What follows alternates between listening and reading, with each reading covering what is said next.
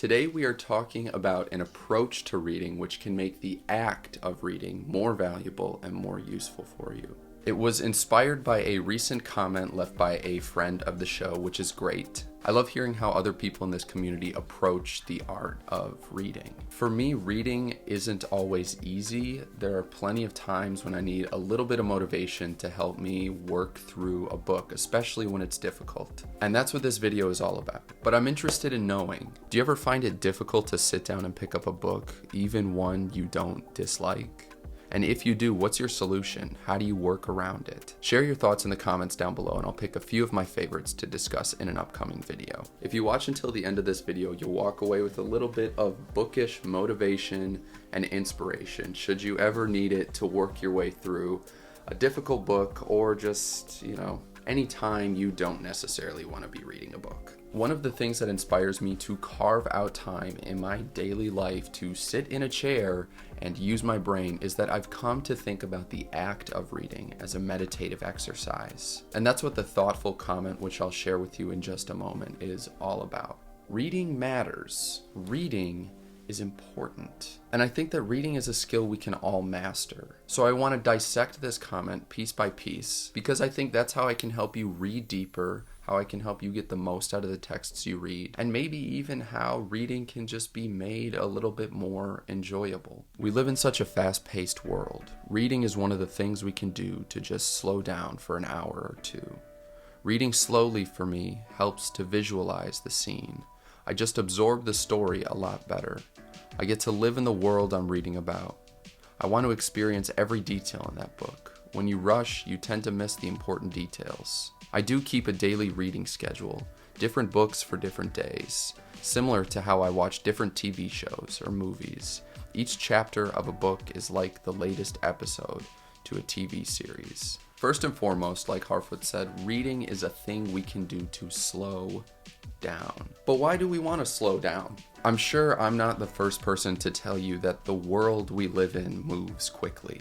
Information travels instantaneously, and much of what we experience when we're, say, using our phones or our computers is beyond our control. And this opens the door for a potentially scary conversation about the algorithms that lead us through life. How we have very little control over what material is put in front of us when we're using an app.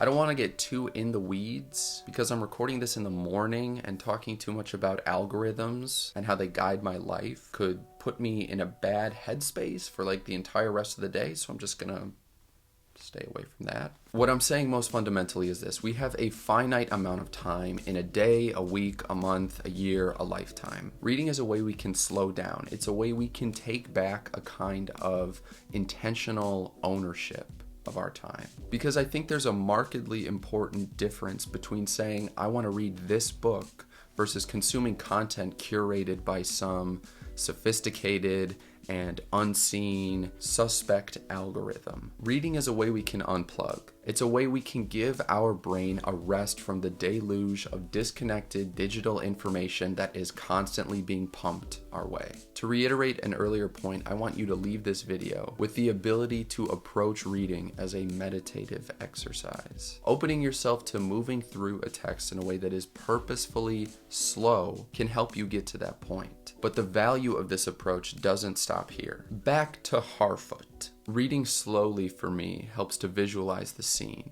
I just absorb the story a lot better. I get to live in the world I'm reading about. Visualizing scenes, absorbing the story, living in the world you're reading about, and fully experiencing every detail you come across. I've talked about this plenty of times before, but it's the idea that from literature, we can gain valuable life experience without having to live it. And in my mind, this exists differently with literature than it does for other art because the stories we read when we pick up a book are inside of ourselves. They're a part of us. The text is just a combination of different symbols. It's not on a screen. It's not framed on a wall. It's in our own mind. It's something we create using a series of symbols on a collection of pages. And now there's a quote I want to share. Reading is an exercise in empathy, an exercise in walking in someone else's shoes for a while.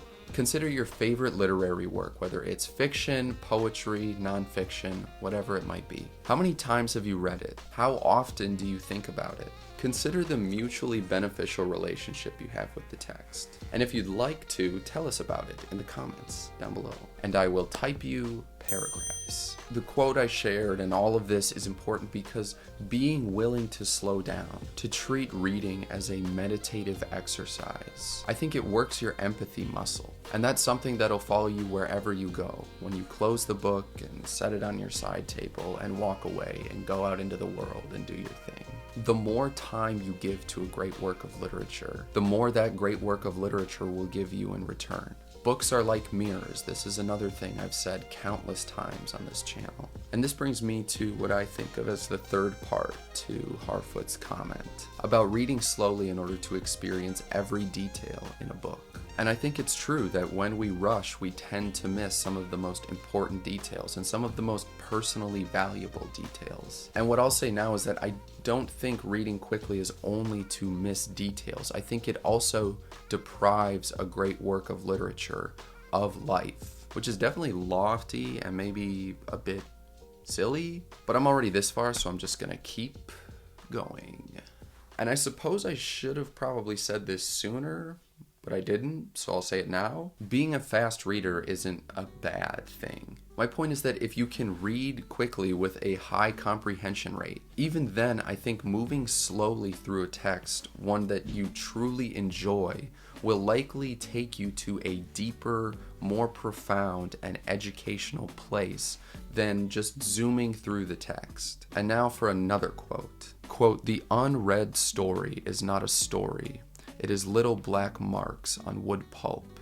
The reader reading it makes it live. A live thing, a story." Reading a great work of literature rewards you for your time. To always be speeding through books, to always be prioritizing quantity over quality, is inherently to limit the amount of time a book can deeply affect you. And it is for this reason that I am of the opinion that you should make a conscious effort to read a few books this year at a slower pace. Whatever amount is reasonable or manageable for you. And I think there are a couple of different ways to easily do this, which Harfoot touched on. The first is different books for different days. In the past, I've done something like fiction Sunday, Monday, Wednesday, Friday, poetry Tuesday, Thursday, or, whatever. You could just as easily do chapter limits. One chapter a day as though it were a TV show, which I think is kind of an interesting way to conceptualize like story structures in books and visual media alike. The point is to make an effort to live with the texts you're reading for an amount of time that is intentionally longer than it usually might be for you. Give the literature you love to read room to breathe and time to color your life. I talk about Proust all the time on this channel. Proust. So I've talked about Proust all the time on this channel, and what reading his novel, his 4,200 page novel, taught me is that there's a real value to investing a significant amount of time in a single text. It isn't my job to tell you what that text should be for you. My job, as I see it, is to point you in the direction of being willing to give a significant amount of your time to a single text. And if not a text, then a single work of art. I don't know, like stare at a painting for 30 minutes or something, 20 hours in a row or something. I don't know. I'm talking about books, but it's just as applicable with art. Now I'm imagining like a terrible dystopian challenge where you have to like stand before a painting for like 24 hours at a time and just stare at it. That would probably be a very deep experience. Giving a significant amount of time to a single work of art colors our lives, it touches us, it lives with us, it follows us in the world, and that's really what I'm getting at. That's why I think you should read slowly, and that's how I think you can deepen your experience with literature. What is your philosophical approach to reading? Why do you love reading? How do you read difficult books? Share your thoughts with us in the comments down below. If you like this video, I hope you'll check out this playlist, which has a bunch of other videos that I've made about reading and art, but a lot of reading. Thank you, Harfoot, for the thoughtful comment, and thank you for choosing my video to watch out of all of the other videos. I hope you have a great rest of your day, and I will see you next time.